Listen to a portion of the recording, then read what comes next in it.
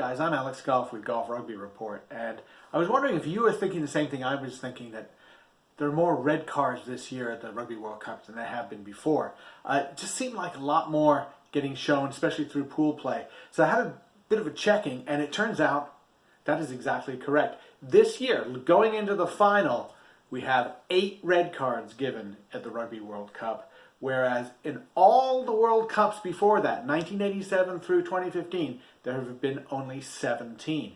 No other World Cup has there been more than 4. This year, we've got 8. Why is that? Well, we're going to talk a little bit about that, but let's talk about cards in general. There's your graph with red cards and yellow cards. You see the giant jump from 0 yellow cards in 1999 to 2003 and 30 yellow cards. Well, that's partly because, well, that's mainly really because 2003 was the first year where there was a World Cup where you actually got the 10-minute sin bin for a yellow card. So they weren't really tracked before then.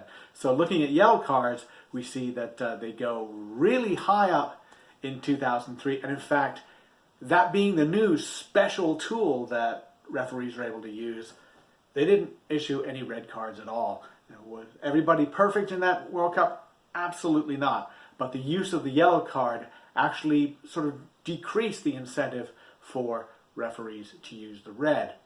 Over time, though, we've seen the red card get back into use. 2007, pretty even on the yellow cards. A little bit of a dip in 2011, and then a huge jump in 2015 in the use of yellow cards, followed by the jump in use of red cards this time around. The reason for that, kind of the same thing. It's all about guidelines for referees. Now, in previous years, most of the history of World Rugby, there really haven't been guidelines about a red card.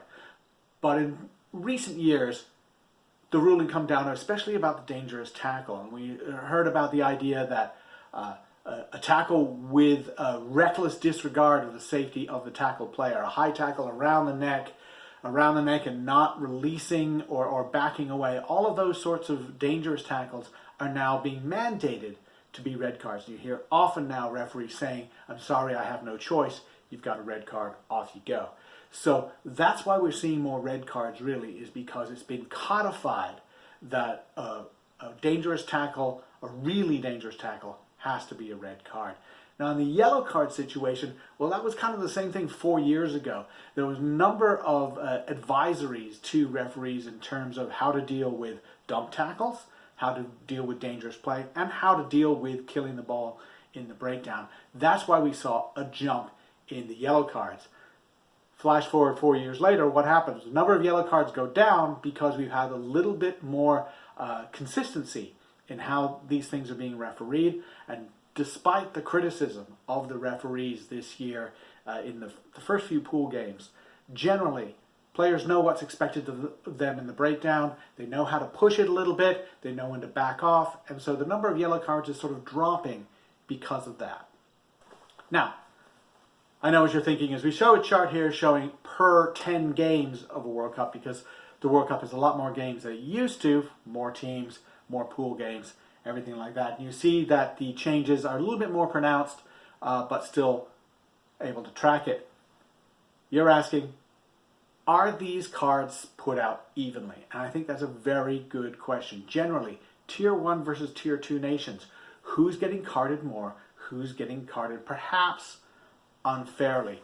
Let's have a look at red cards for Tier 1 nations versus Tier 2. And we're tracking this per 10 games played by a Tier 1 nation or per 10 games played by a Tier 2 nation. So a Tier 1 team playing a Tier 2 team, that would be a game for each of them.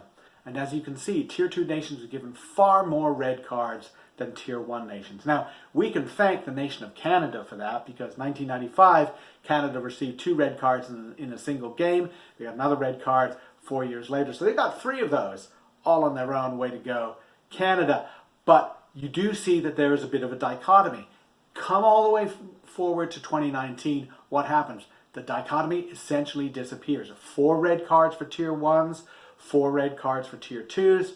It's not even on a per game basis because the Tier 1 teams obviously play more games. They go into the quarterfinals, things like that. And that comes down again to codify what a red card is. They've taken a lot of the judgment and perhaps confirmation bias out of what the referees do, and we're seeing it in the stats. Are we seeing it in the yellow card stats, though? Not as much.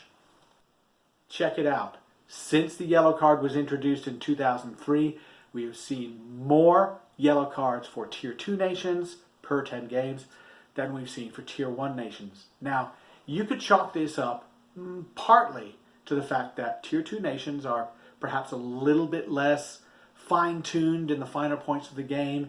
That may be one of the reasons why they're Tier 2 nations, and they're not doing so well. So a little bit of a discipline issue. I think that's fair to chalk in there. But advocates of Tier 2 nations, I'm one of them, would probably point to the fact that there are a number of gray area yellow card situations where a Tier 1 player might be given the benefit of the doubt because he knows more about what he's doing, and a Tier 2 player might actually get that yellow card. It might be in a ball killing situation or the dreaded intentional knock-on, little things like that. One or two decisions going the Tier 1 way rather than the Tier 2. So what is this all telling us? Well, I think it's telling us that as we go forward in World Rugby and we codify a little bit better about what gets a yellow card, what gets a red card. Remember when tip tackles there was a confusion as to what to do about those. Now we're talking about dangerous tackles and other aspects of dangerous play. When it becomes codified and there are strict advisories to referees, we see that the confirmation bias goes away and the game is more evenly officiated.